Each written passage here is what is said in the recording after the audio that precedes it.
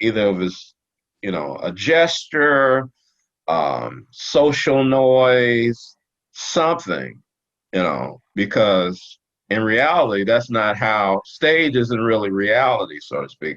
In reality, people, they talk, you know, like clash when they're talking, they Yeah. interrupt, they they cough, they sneeze. It's just a lot of things that go on.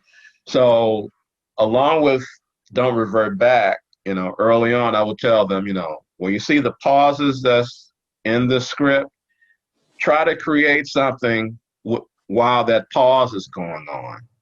So I would say that would be part of the textbook for me.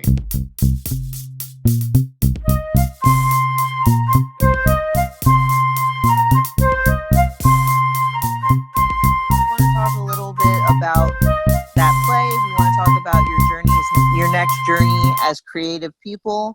But we also have what we call our take five. And those are five questions we ask to kind of get the brain started. And so we'll start there and then we'll Okay. continue on from that moment.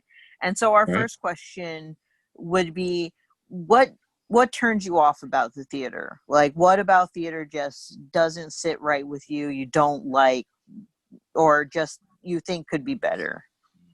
Well, I think one thing that kind of rocks my boat about theater is, the diversity. But besides that, I feel like, in a sense, that theater is not dying, but it's kind of losing its way.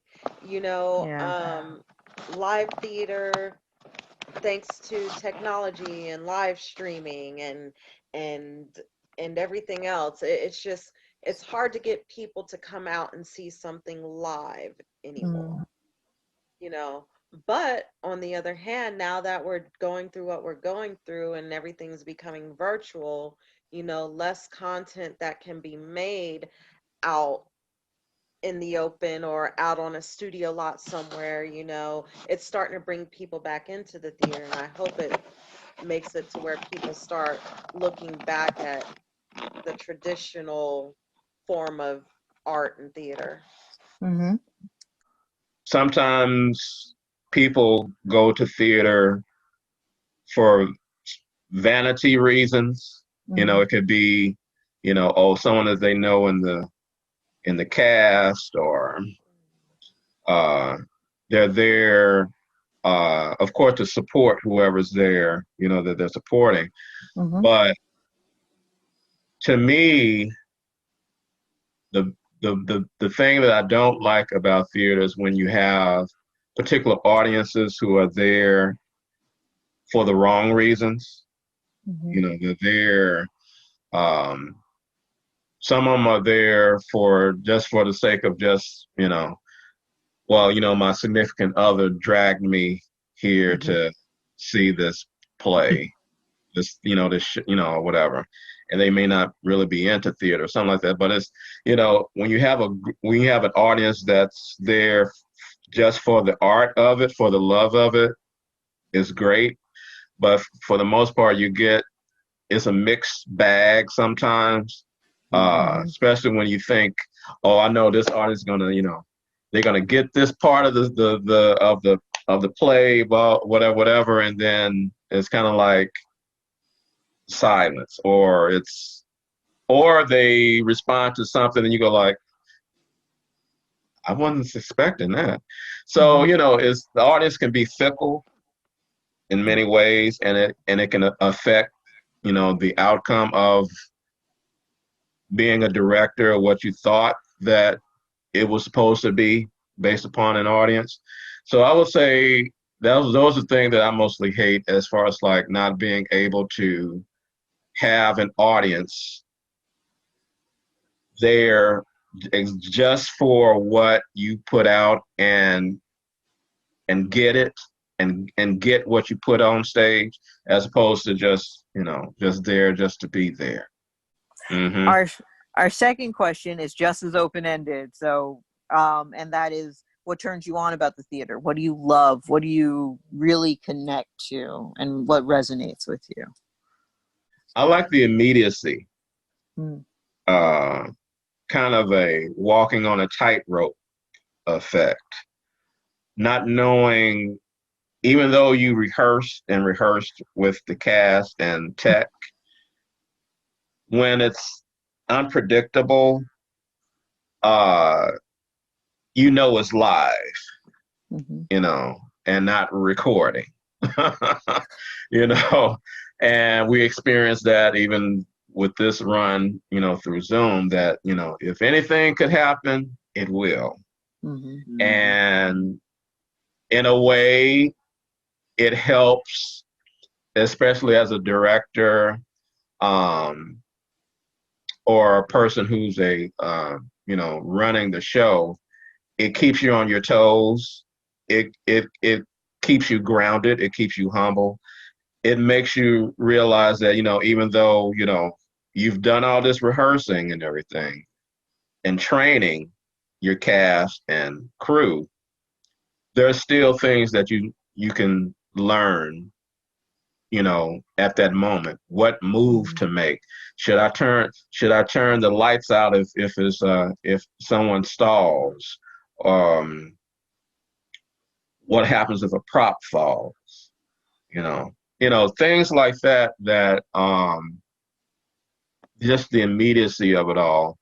And basically just for me as an artist, uh, to ways of still keep going, even if it's something that great happens that you least expect, you know, Mm-hmm. um, when an actor or an actress has a moment that you didn't even rehearse, and you just go like, wow, just that immediacy that's going on at that particular moment, not knowing what to expect. You know what to expect as far as the lines and blocking, but as far as like that open space of unpredictability,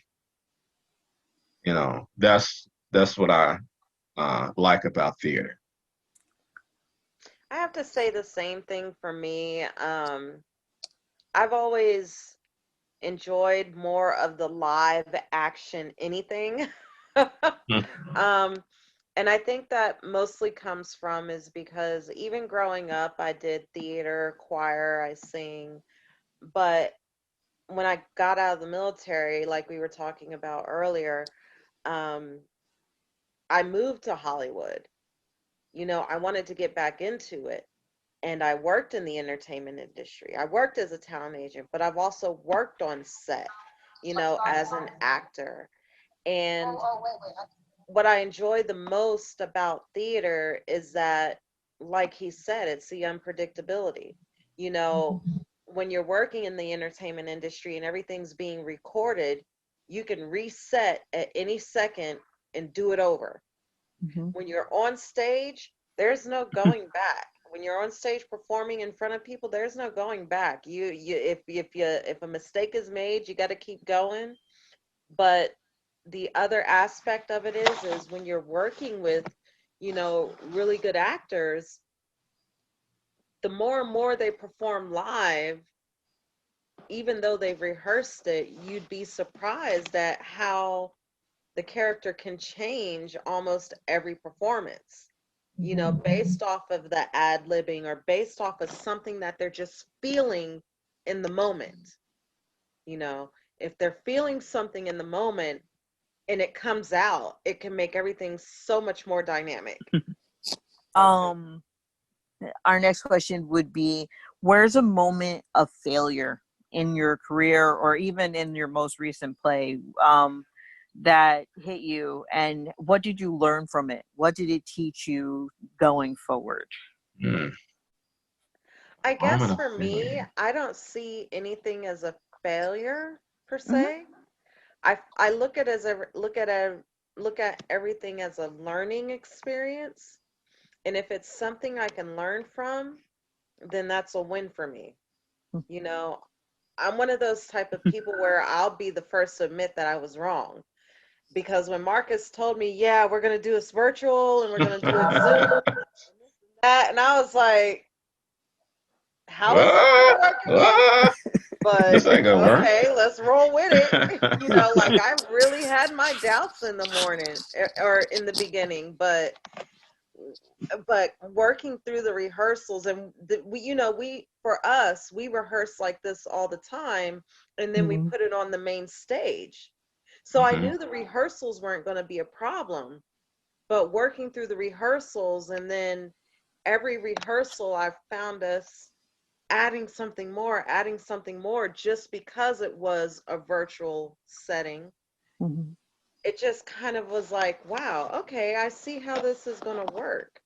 But as far as the whole failure part of your question goes, for me personally, I have a hard time considering something a failure if you can learn from it. I agree with Andrea when you said failure. So to me, if you start a project and complete it, to Yeah. me, you know, even if you have one person or no people in the audience, which a lot of people may think is a failure, if you, depending on, you know, who you ask, you know, how many people you have, oh, that was a failure. Or, you know, a critic may say, oh, this was bad. This was, you know, this and that, which we've experienced. A critic who didn't like our production and just ripped it to shreds. Not the current one, a previous one we've had. Yeah.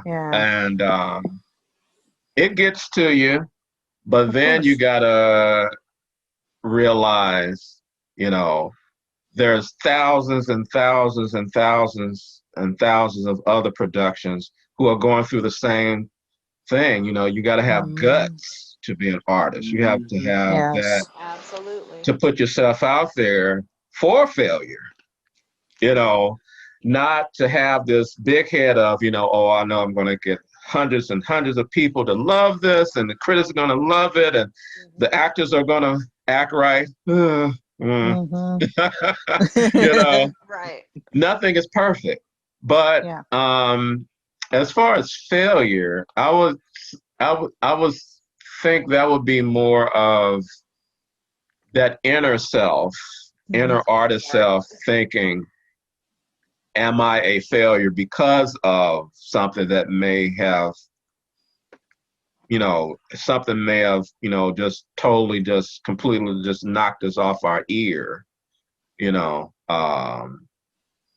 But yeah, so as far as failure, that's to me, just like Andrea said, and if you can learn from it, whatever that failure is, it just makes you stronger as an artist, as a person. It gives you thick skin, you know, because this business is vicious, you Brutal. know, brutal. You know, they'll cut you to shreds uh, without, you know, they don't care. I mean, they don't supposed to care like that. You know, I would say as an artist of questioning yourself of, you know, was this a success or was this a failure? You know, whatever it means that caused, you know, an artist to think that. I think success for me, especially in this season compared to the last production we did, the last play we did, is definitely when you do get that praise and those reviews. I mean, that just shows your perseverance to keep pushing through the bad Hmm. is makes it all worth it, because Hmm. you know it only takes one person to appreciate what you're doing, period. Hmm. And even if that one person is yourself, you know, that's great. You know, but when you have, you know, multiple people just constantly, wow, what a great work, or this, that, and it's amazing, it's totally different, it's innovative, you know. I think that's where I find the most success. But then also outside of reviews, when you're dealing with different actors for different productions and you learn a way to cope through to get the job done, that's also a whole nother level of success. You know, anything that's going to ultimately build your character, and again, back to the previous answer, it may be repetitive, but anything that's going to build your own character and pushes you to keep learning and keep learning and keep learning, and it just, that's where I find success. If you're willing to keep going, guess what? You're doing what you should be doing. I would say if you can hold people past intermission, it's a success. There you go. Because even Definitely. through this particular run, we've had people who stuck to all the way up to intermission, and then for some reason they left. It could have been various reasons, but on the main stage, if people start walking out, say like even before intermission, which hasn't happened to us, I don't think, not to my recollection, but I would say if you can hold an audience after intermission, that's a success. Yeah. If you can hold them after intermission, and then for them to even wait for the curtain call to do and the clapping, to me it's a success. Okay. This one always throws people for a loop, so we'll see how you guys handle it. If 40 years from now, there's a textbook, a theater textbook, and there's a rule named after you, what is that rule that kids are learning that is based on your experience and what you believe? What was our rule this year, Marcus? Oh, don't revert back. Keep moving forward. Oh, that was my rule. The emotional roller coaster.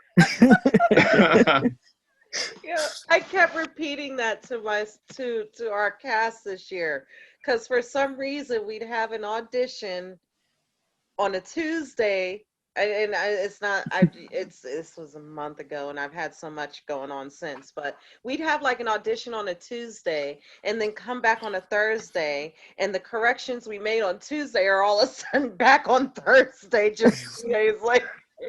So I had to start putting in there, don't revert back. And then it just became a saying. Yeah. Don't revert back. Don't revert back. Don't revert back. Right. Yeah. Yeah. I would say for me, whatever's on page is not the Bible. Mm. It's just a blueprint of what the beginning, middle, and end should be. Mm-hmm. But within the beginning, middle, and end, try to find ways of creating what isn't there.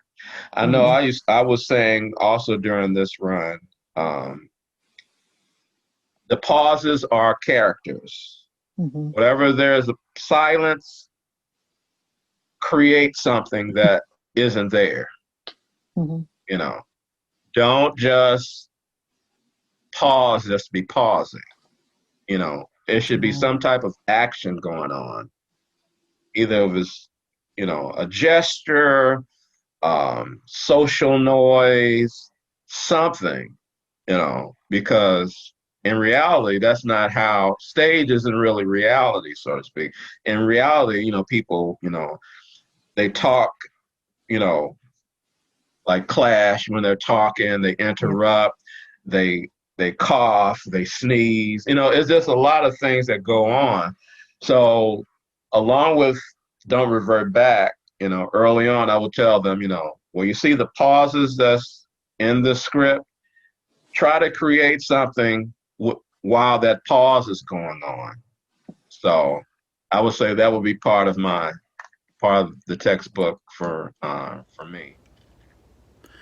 Hey guys, if you like what we just did, there's going to be plenty more coming up. Please like, comment, subscribe. Our Venmo is in the description. Please support us if you can. Our cats need the money.